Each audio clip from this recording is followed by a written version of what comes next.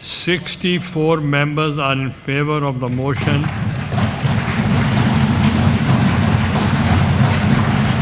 Regarding passage of the bill and none against it.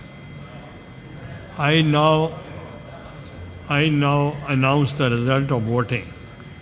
64 members are in favor of the motion.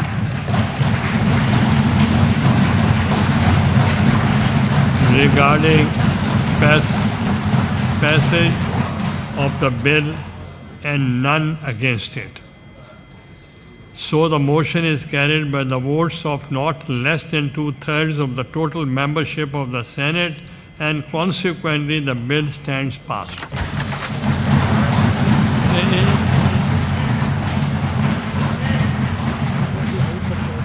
Leader of the House. جی شکریہ جناب chairman. میں آپ کو دل کی گہرائیوں سے شکریہ اور مبارکباد پیش کرتا ہوں کہ یہ ایک ہسٹورک بل تھا اور یہ کوئی نئی چیز نہیں تھی. یہ انفنش ایجنڈا میں اس کو کہوں گا. چارٹ آف ڈیموکریسی میں 2006 میں یہ پاکستان کی دو میجر پولیٹیکل پارٹیز نے, پیپلز پارٹی اور مسلم لیگ نون, میاں محمد نواز شریف وزیر اعظم فارمر اس وقت اور فارمر وزیر اعظم محترمہ بینظیر بھٹو صاحبہ نے یہ بل, یہ ایک COD جو چارٹ آف ڈیموکریسی میثاق جمہوریت سائن کیا, اور کچھ ہفتوں میں لنڈن میں ہی تمام پولیٹیکل پارٹیز, میں پہلے بھی کلیریفائی کر چکا ہوں, جس میں PTI کے جو بانی ہیں عمران خان صاحب بھی شامل تھے, اور اسفند یار صاحب تھے, مولانا فضل الرحمان صاحب تھے, تمام ڈاکٹر مالک صاحب, سب اس وقت حسن بنجر تھے, وہ پارٹی کے ہیڈ تھے, تمام پارٹیز نے سائن کیا. اور یہ ایک انفنش ایجنڈا تھا. میثاق جمہوریت کی قریباً تمام چیزیں, دو چیزیں رہ گئی تھی, ایک ٹروتھ اینڈ ریکنسیلیشن کمیشن اور ایک کانسٹیٹیوشن کورٹ.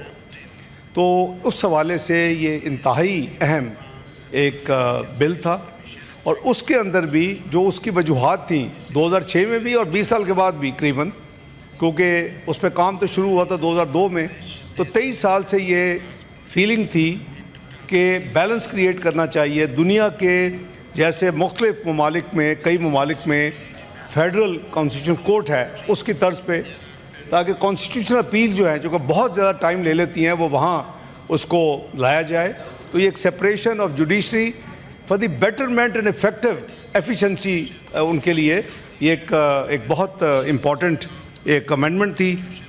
اس کے علاوہ اس میں جو دوسری امینڈمنٹ تھی وہ اللہ تعالیٰ نے پاکستان کو جو ایک کامیابی دی اور دنیا میں پاکستان کا سر فخر سے بلند ہوا, وہ اللہ کے فضل و کرم سے الحمدللہ اس میں جو قوم نے جن کو ہیرو تصور کیا, اور جس کو پھر اکارڈنگلی حکومت نے ایک فیلڈ مارشل کا خطاب دیا سید عاصم منیر صاحب کو, تو اس ہمارے آئین میں پہلے وہ نہیں تھا. بائی دی وے ریگولیشنز میں ہے, ریگولیشن میں تھا اور ہے, لیکن یہ ابھی آئین میں نہیں تھا.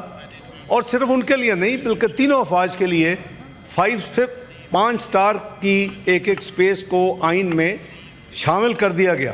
اور اس حوالے سے جو ترمیم ہوئی وہ 243 آرٹیکل میں ہوئی.